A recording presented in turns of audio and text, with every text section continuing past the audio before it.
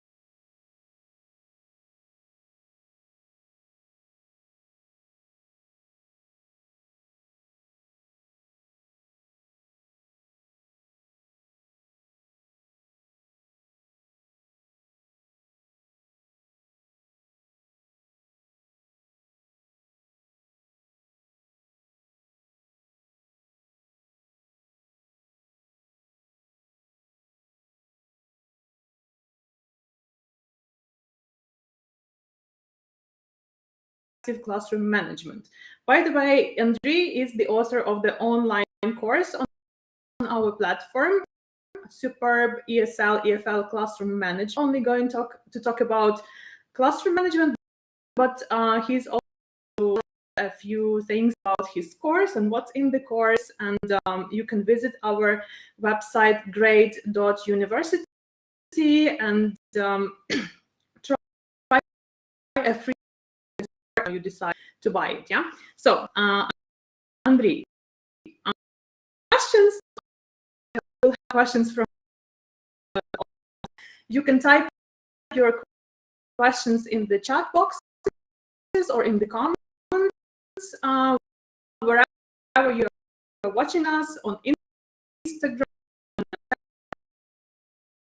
I think that classroom management is behavior.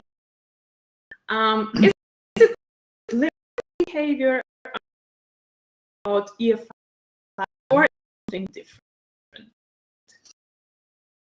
A very important part of classroom management, but at the same time, it's the only thing that classroom management is. Talk about basically the concept of classroom management and what online course classroom management is about some basic things. And by basic things, I mean, for example, establishing and maintaining rapport with the students, starting with the first lesson, basic communication of the teacher with students and between students, right?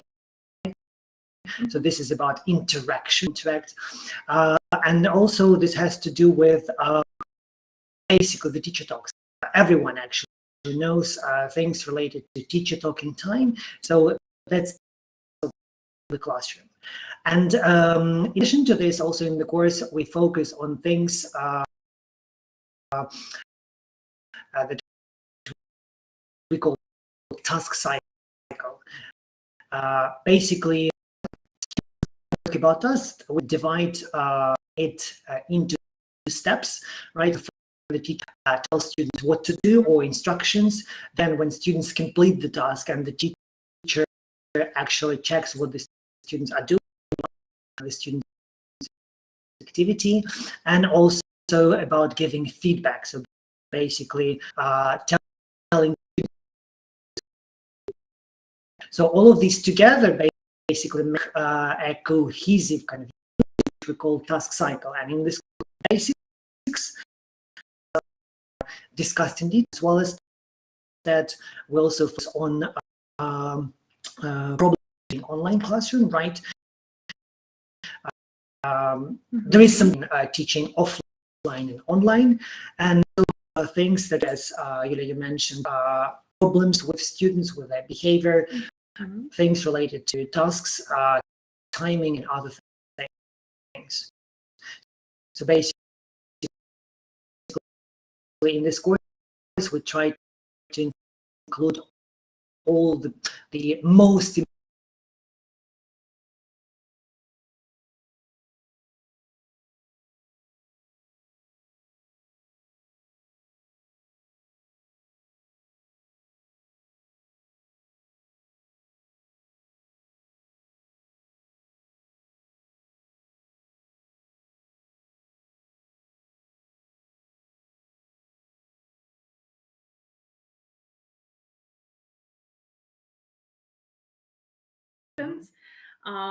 What problems do the trainees usually face, and what do trainers do to fix them in terms of classroom management? Because, for example, when I was doing my CELTA course, it was the first time I heard about monitoring, and I discovered that it's a crucially important thing, and it really works, and it helps avoid misunderstandings in the classroom.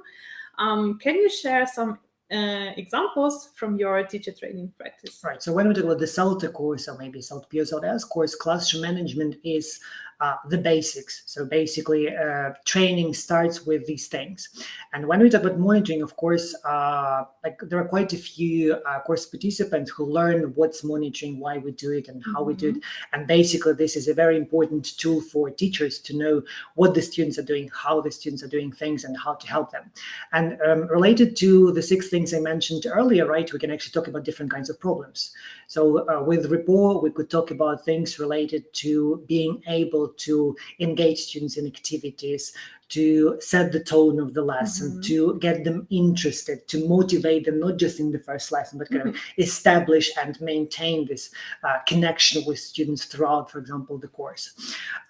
With regard to teacher talk, I think everyone knows what that is, right? But in my course, I focus on 2 things. So first of all, teacher talk is related to quantity, so how much we say, right? And if it's too much, then maybe it's a good idea to reduce this teacher talk and how to do that. And the same is about CELTA. So when we talk about very first lessons, our course participants who teach their first lessons are really anxious. The anxiety levels are so high that they start talking instead of actually teaching students. So basically, this teacher talk stands in the way of, let's say, learning. So that's why it's important to know what is teacher talk, kind of what kind of things aren't good about teacher talk, and basically then step by step eliminating them. In terms of interaction, let's say communicative approach, like kind of the dominant approach in ELT nowadays, is about different kinds of interaction, right? And when, for example, a teacher dominates the class, it means that learning happens, but probably not in the most effective way. And using different kinds of interaction, and by this I mean, for example, pair work, lots of pair work, right? Pair checking, different kinds of group work activities, right? Increase the student talking time, and in this way reduce teacher talking time, and actually help engage students in actively using the language that is, for example, the focus of the lesson, right? When we talk about instructions, monitoring, feedback, this is basically the first week or the first step of any CELTA course, right? When we talk about things that students should do. So, for example, without instructions, no learning can happen, because if the instructions aren't clear, then students don't know what to do, they don't progress, they don't develop, right? So basically, it's kind of the cornerstone of any classroom, right? So, and it's the first step that we teach on the CELTA course, for example, right? So here we talk about, for example, giving clear, short instructions, right? Instructions that are understandable for students, right? So instructions after which students start doing things and do them correctly, right? I already mentioned about monitoring, and here we talk about, for example, different kinds of monitoring, whether it's offline or online. This is about how we pay attention to students. In what way do we disturb them or no? Do we do it unobtrusively, right? How we, for example, notice what they are doing or not doing well and use it later at the feedback stage. And actually, as well as instructions and monitoring, feedback is like a third most important thing about any task, because this is the result of an activity, and this is what students have learned by the end of the task, right? And basically, they students will be able to take something from the feedback to the next activity, and basically, again, this is the let's say evidence of learning, right? So that's why feedback is actually very important for any task, because it shows the teacher what students have learned, what they need help with, and what to do, for example, with the next task. So all of these are actually the problems that are related to classroom management, and basically things that every teacher faces in a classroom, right, in the ELT classroom. And this is what we pay a lot of attention to in our teacher training courses, as well as in our online course. I would like to add about the online course because I've already taken it and I really enjoyed, and I found a lot of interesting things for myself, even though I have CELTA myself. And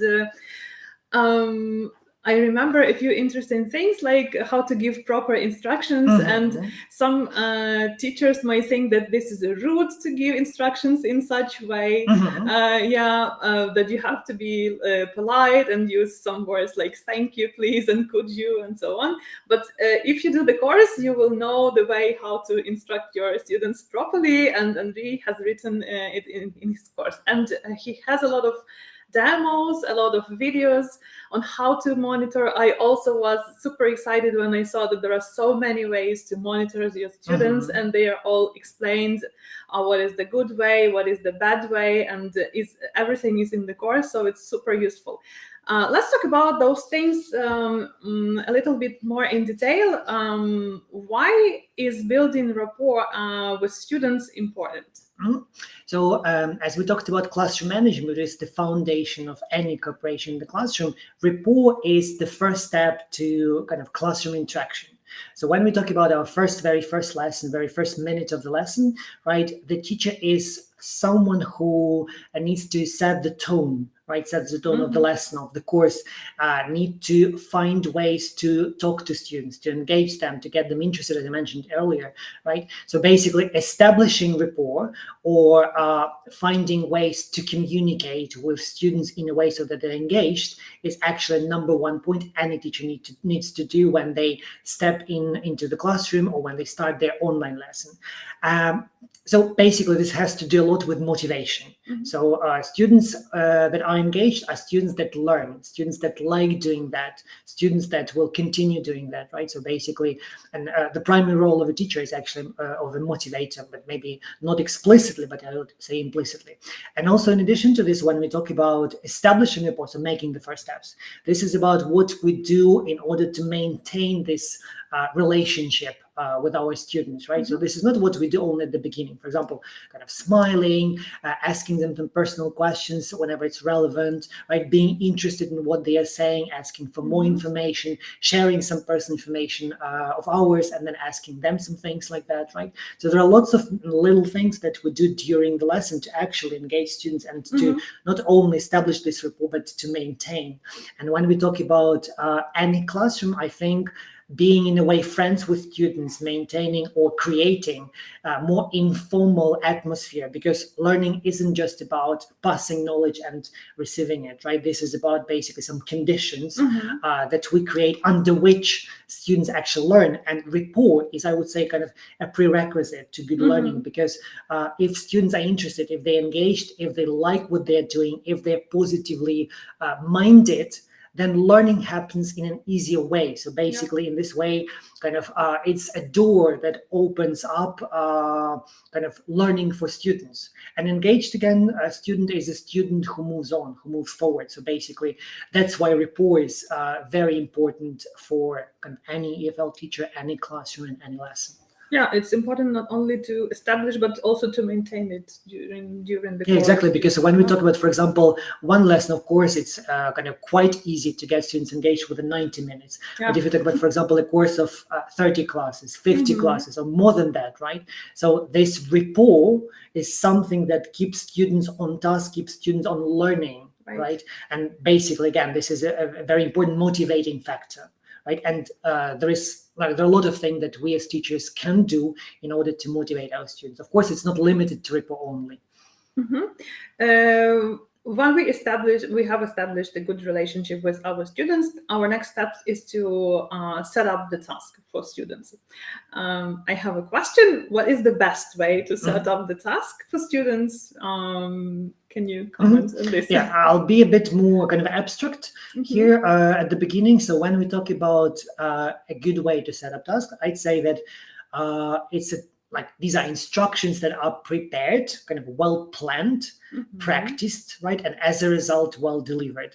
So when we talk about instructions, although this is something that we regularly do in our classroom, this is what we have as instructions to every task, this is not as simple as that, right? Because instructions are about what we do, what we want students to do. For example, read, let's say, a text and answer some questions, but this is about how they do it, right? So for example, we can ask students to read quickly or slowly. We can, for example, do, as you mentioned, demo, doing number one together, right? So there is something we as teachers can do to support students with their first step.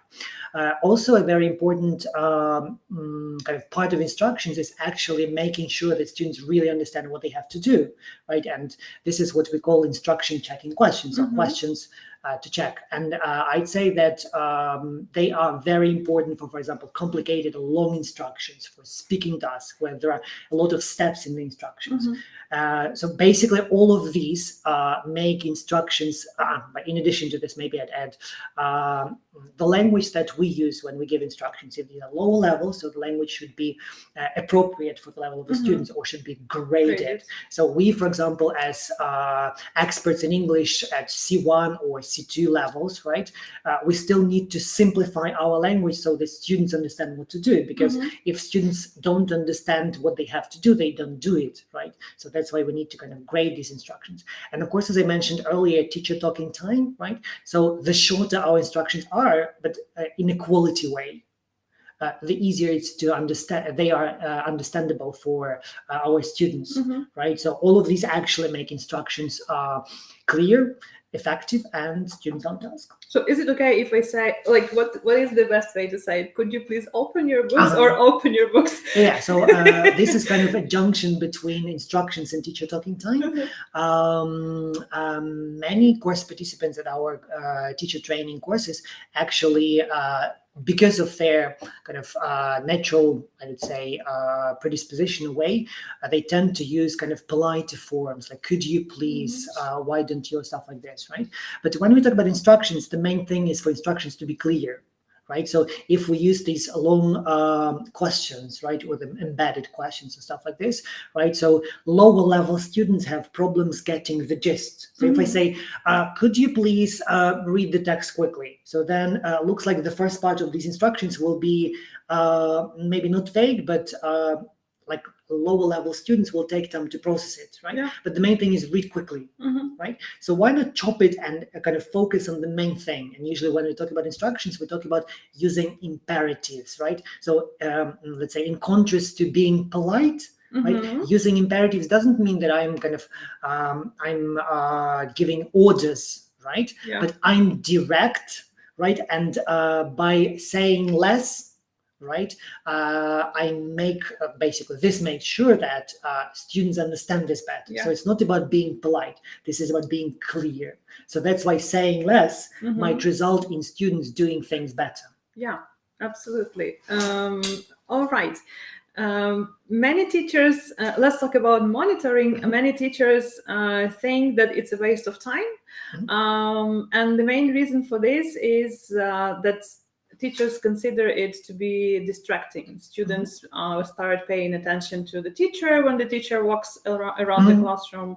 What do you think about this?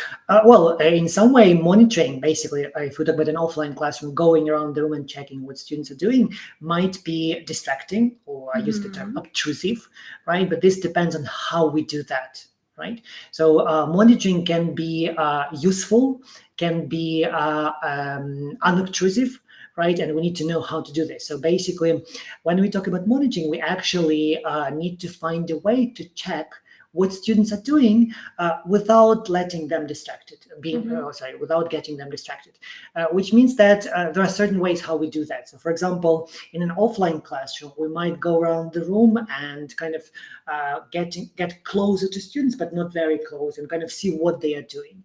But students need to understand what you're doing as well, because if, for example, it's unexpected for the first time, students might kind of be put off with that, might get distracted, right? Or might have negative feelings about this, right? So this is not just about doing, but kind of students understanding what to do. And also it depends on the task. So for example, there are some tasks where monitoring can be kind of superficial, and where monitoring should be kind of close, active, and we need to really see what students are doing. Because monitoring is actually checking students' progress, what they are doing. For example, are they doing the task? Are they doing exactly what I want them to do? Then, for example, if we talk about the next step, so we need to know when to stop the activity. So I need to know where the students are. So for example, I see that like half of my students are already finishing, half now. So what do I need to do? When do I need to stop this activity, right? Should I give more time? Should I stop now? These are the questions that a teacher who monitors actually needs to ask, right? Also, we talk about, for example, feedback. So if we talk about any activity, we need to know how to help students. If we just go around and see if students are doing the task, it's one thing. Yeah. But if we want to make this feedback, so basically giving them kind of, let's say, what's another word to say feedback? Kind of, let's say, Review. Yeah, telling them actually what they did well and what, for example, needs to be improved, right? Requires some actions from the teacher. So it's about noticing, for example, some problems and focusing on problems. And this makes actually feedback useful for students, because if you check, for example, you have a grammar task, you have 10 sentences where students fill in the gaps, right? With, for example, present perfect, past simple. And if you ask students for all the things, like all the 10 sentences, looks like it's a waste of time, because you can check just which of the sentences were problematic, focus on them, right? So it makes kind of this feedback needs-based, and monitoring then will be purposeful, not just for the sake of seeing what students are doing, but using it later on in feedback, right? Yeah. And of course, it depends on the task, because, for example, when we talk about listening, why would a teacher monitor while listening? I don't know. But with, for example, reading, there are different kinds of reading. There are tasks where students write something, then you can see what they are doing and whether they're doing it right. And where there are tasks where they're just thinking about something, and then they, for example, have one quick question to focus on the main idea. So then there is no need to monitor, because there's nothing we can see, for example, on a piece of paper in front of them with the reading text, right? Monitoring for speaking actually is a bit different, because we focus on language and on task completion. So are students on task? Do they discuss what we want them to do? Do they need any help? What kind of language are they using well?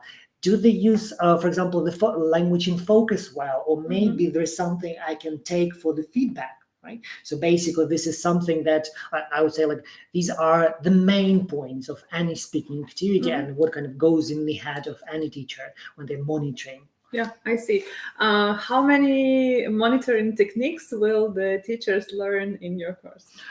I think a lot. I don't remember off the top of my head, but I think kind of 5, 6 at least. There are quite a few videos with different kinds of techniques for different kinds of tasks, right? So, and actually different perspectives. For example, one very interesting thing that I really like discussing on my CELTA courses is actually, should we monitor students in front, for example, when they're sitting in front of us, and we are basically checking and facing them? Or should we go behind and actually look at their backs, right? Because some students might be put off just because the teacher is going behind them, right? And actually there are lots of things kind of involved in that. So it's a good idea actually to know your students, to know their reactions, right? And actually for students to know what you're doing and why. Right, so many of these things are actually explored in the online course. Yeah, and in your online course, teachers can also practice writing proper instructions, right? Exactly, right. So when we talk about instructions, when we talk about any practical online course, and this was kind of the basis of the premise, I would say, for me to write the course, to make it practical. And when we talk about instructions, just knowing that instructions should be short, concise, with demos, with ICQs, right, is one thing. But some practice should be included in order to improve them. Of course, when you don't have, for example, a teacher trainer next to you, a colleague next to you, you cannot do it on your own. But when we talk about, for example, tasks, you can try different techniques to make your instruction shorter and simpler, right? And then you will see, for example, suggested or possible answers. You can compare, you can see the difference, you can see what could be done with your instructions to make them even better, right? So this element of practice actually makes the course really effective, even without any classroom situation. Yeah, as a person who did the course, I can say that you don't need a tutor there, because everything is in the course. You know what all the answers, you have all the answers explained if you are wrong or right, and there is a detailed explanation, and it's super practical. And with any task that you do on the course, you immediately reflect on your own teaching and improve. All right, we already mentioned feedback. Let's talk about online and offline classroom management, because it's also in the course. In what ways are they different? I would say there are a few important differences. First of all, because it's online, this is about the use of technology, right? So when we talk about a key difference, it's about, for example, many technical details that, for example, we need to take into account and use during the lesson. Because in an offline classroom, you just talk to your students, you are facing them, you see them, and that's it, right? So you, for example, take handouts, you pass them to the students, kind of you collect them or stuff like this. So basically, the use of technology is limited, whereas online, for example, you need to make sure that you see your students. You, for example, use let's say PowerPoint presentation or a document with some things for students to see. You need to prepare handouts online. You need to, for example, provide keys to tasks on the handout and prepare, for example, them in advance. Then I think the biggest challenge related to technology is about using breakout rooms, right? So it's something completely different from what we do offline, and knowing these aspects, knowing how to handle them is very important. Another one is, of course, about rapport, because physical presence of a student makes rapport kind of, or helps the teacher establish rapport quicker, right? And since this is online, right, there is there is no I would say kind of, we're socially distant, right? And when you see just the person, even when you see kind of the picture of the person and, for example, some hand gestures or stuff like this, this doesn't make the teacher's presence, for example, physical and kind of in a way real, right? So it's a bit more difficult to establish rapport with students online, but still it's quite possible, and we can use very similar techniques there. I think that the biggest challenge of online classes in comparison with offline is about the use of time, because of all these technical things, because of, for example, let's say setting up breakout rooms, managing them, returning, using PowerPoint presentations, moving from slide to slide, showing things on your screen, for example, playing video, technical difficulties, internet connection, problems with access to some files kind of take more time. And that's why, for example, what you can do within, let's say, 60 minutes in an offline lesson is actually the same as you do, for example, during 50 or in sometimes 45 minutes. So these little things, right, add up and actually eat away kind of like 1/6, 1/5 of your lesson time. So that's why basically for online lessons, we typically plan less.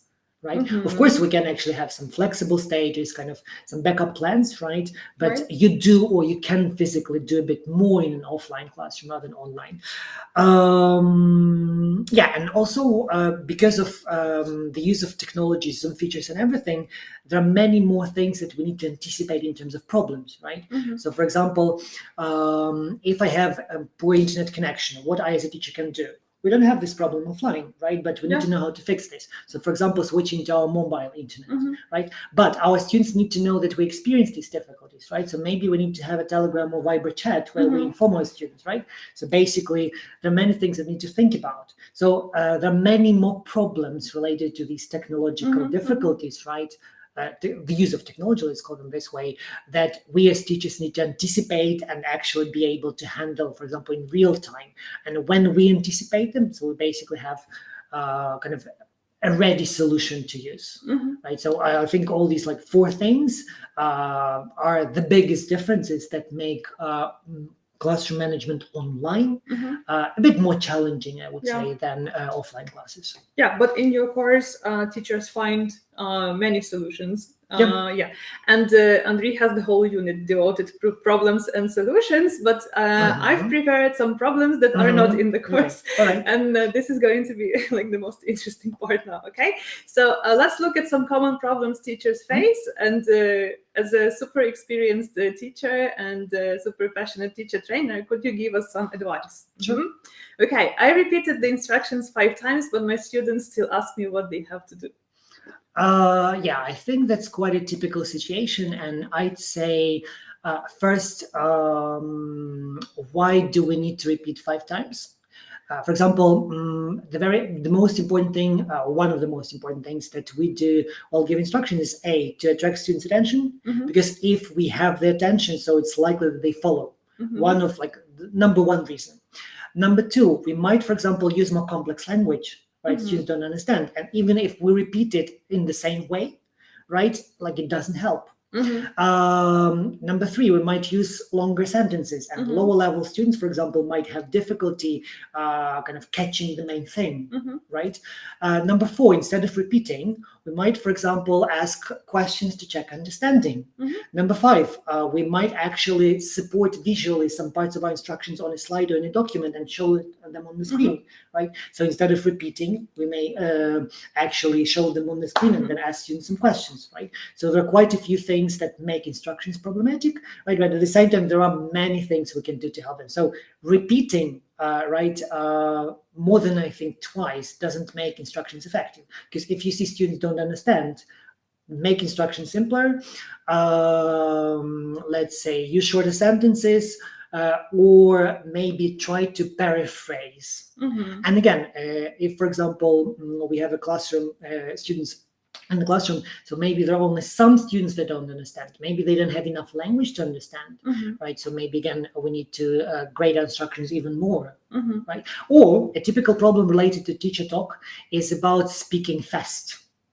Right. Yeah. So if, for example, we naturally speak fast, like I'm doing now, right? So not many low-level students can understand instructions that are pronounced quite quickly.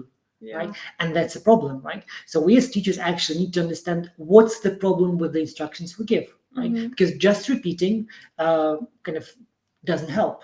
Yeah. All right. One more problem. And it's very typical. Some of my teenage students never submit their written homework and ignore me when I ask them to do this.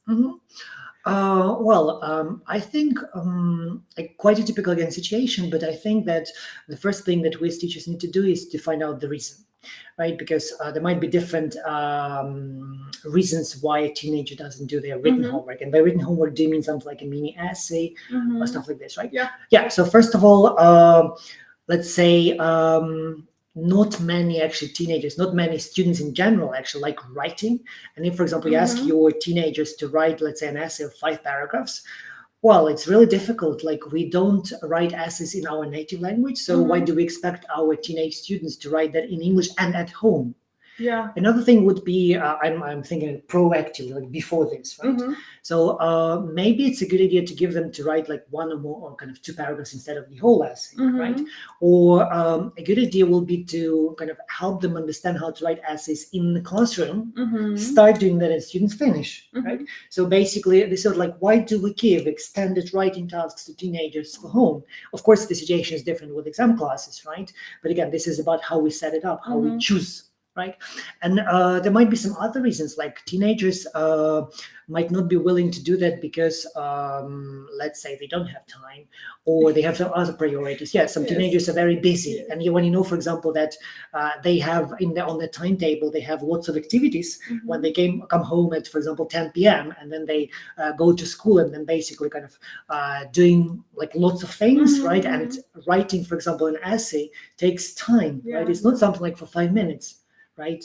So basically, number one thing is to get to know the reason, and then knowing the reason, trying to understand how to do that. But there are many things we can do proactively before that. Yeah, I guess this is the very common thing in public schools.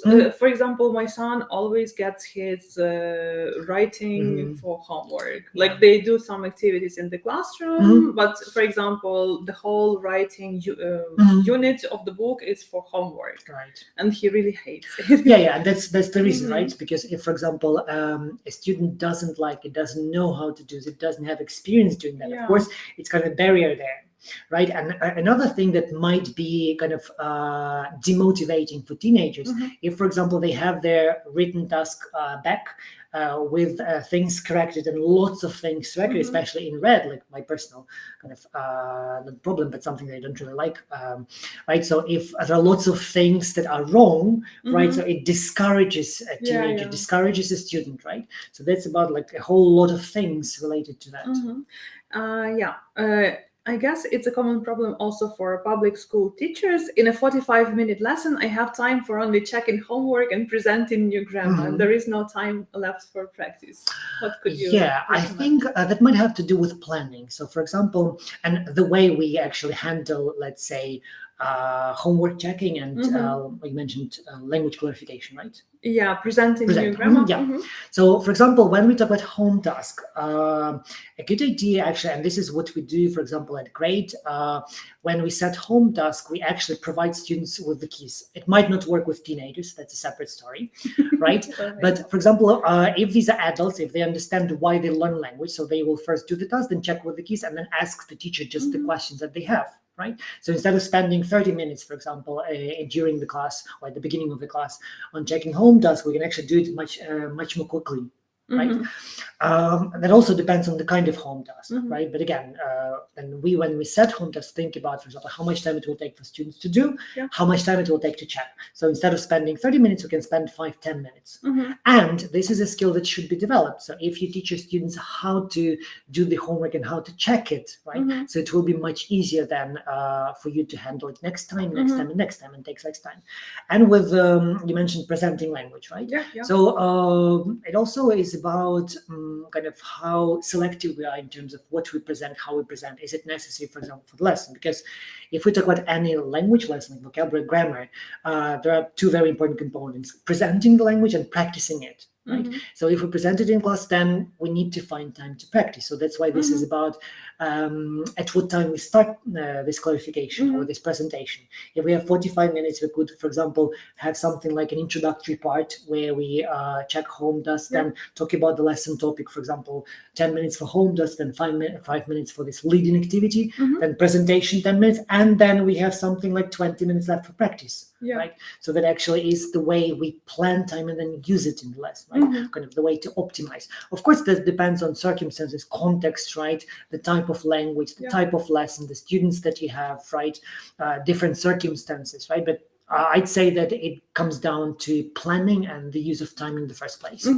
And by the way, on our platform, we also have a course on the basics of lesson planning. And together with Andrii's course on classroom management and 2 other courses by Lydia Simak and Chris Rees, these 4 courses make a bundle for teachers, and it's the essentials of English language teaching, and you can also visit our platform grade.university and see that we have this teaching credential, which is, by the way, at 50% discount by the end of September. So if you buy 4 courses together, you will save much more money than if you buy them separately.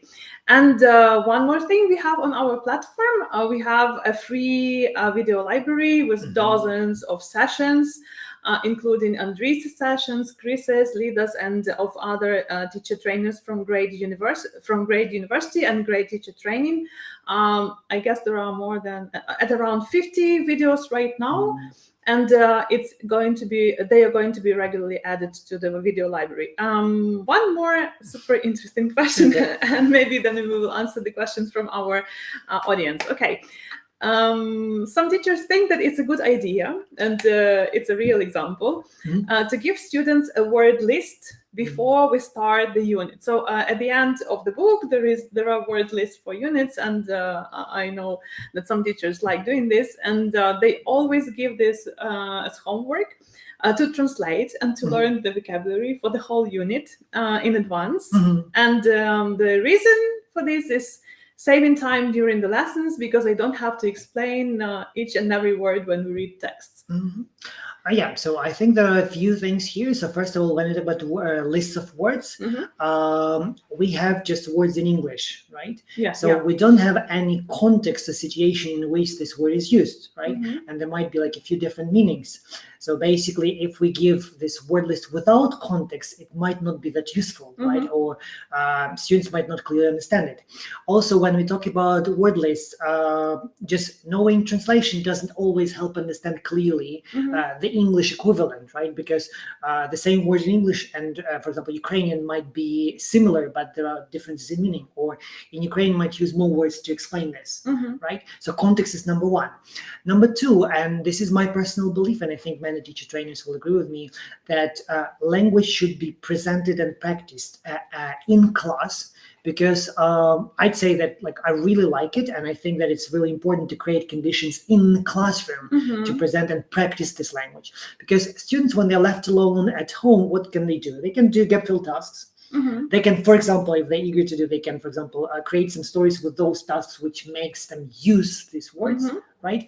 But it's not about communication, because we learn, for example, language, including vocabulary, to communicate, to use in real speech. And when do we have it?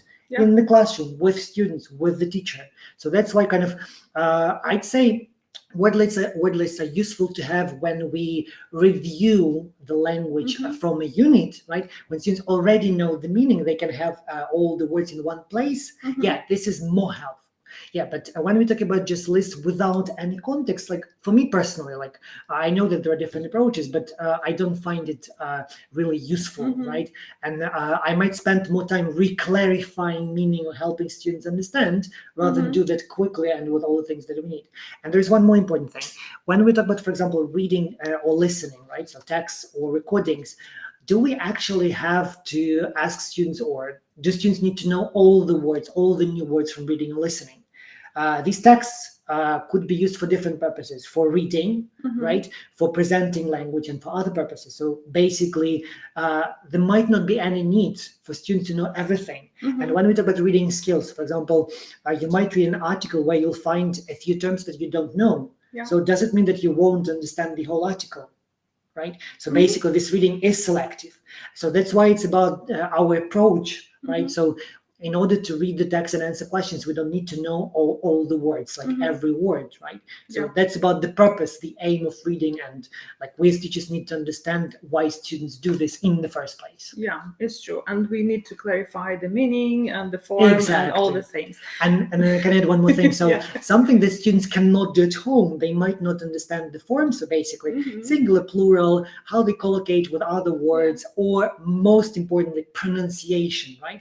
Because if students, for example, do it at home, they might, for example, check pronunciation dictionary, but can they pronounce it clearly? Of course, if they are very modern students, they can check the pronunciation in online dictionary where there is a pronunciation function, right? But can they pronounce it? No. So I'd say that it's the teacher's job to actually give students practice with this language in terms of pronunciation, and then using different kinds of tasks, including speaking. So I would say that this life hack is not beneficial for our students. And I would say we need to have an approach to that, because there might be something that works against students. Right? Yeah, absolutely. And the last thing, I have to talk to my students during the whole lesson, because when I'm silent, they start misbehaving. Yeah, I think that's something that I experience kind of quite often. For example, on CELTA, we as teachers often kind of have a belief that there shouldn't be any pauses in the lesson, right? So then when, for example, there is some silence, we need to fill in with with our talking, right? But when, for example, we ask a question, let's say we ask students to give their opinion, is it a good idea to give them some time to think in order to let's say, get the idea and then to produce it? Because, for example, if I ask, for example, you, what do you think about the ecological situation in Zimbabwe? Oh, I would start thinking, oh, where is Zimbabwe? Okay, it's in Africa. So you need time. Yes. Right? So when we talk about questions, right, so students need some time to think about the answer when we ask these questions in open class, right? So then, for example, students have said something and they might think on the spot and actually add some idea, but after some time, after a few seconds. So if we allow this, we call this wait time. After that, the students give more. So this is about our belief about kind of silence, attitude to silence, right? And actually making sure that we use this wait time kind of wisely. Because if we talk, is it helpful for students? right? Or Yeah. maybe we just dominate the classroom and kind of steal this time from students, Yeah. right? Yeah. Yeah, so this is about kind of patience and attitude to the silence and wait time, as I mentioned. Yeah. All right. I don't see any questions in the chat, so probably we've answered all the questions that we received in advance. Yeah. Thank you everyone for watching us today. You will be able to watch this because the recording will be saved on Facebook and on YouTube if you missed the live stream. Let me remind you that with us today was Andrii Pigariev. Thank you very much. Yeah, a CELTA trainer and also a course author at great university. And we were talking about classroom management and about the secrets of classroom management, and also about Andrii's course, a superb ESL, EFL classroom management that you can find on our platform, Great University. Thank you, everyone, and have a nice evening, and see you at our Good luck. next upcoming events. Yeah, bye-bye.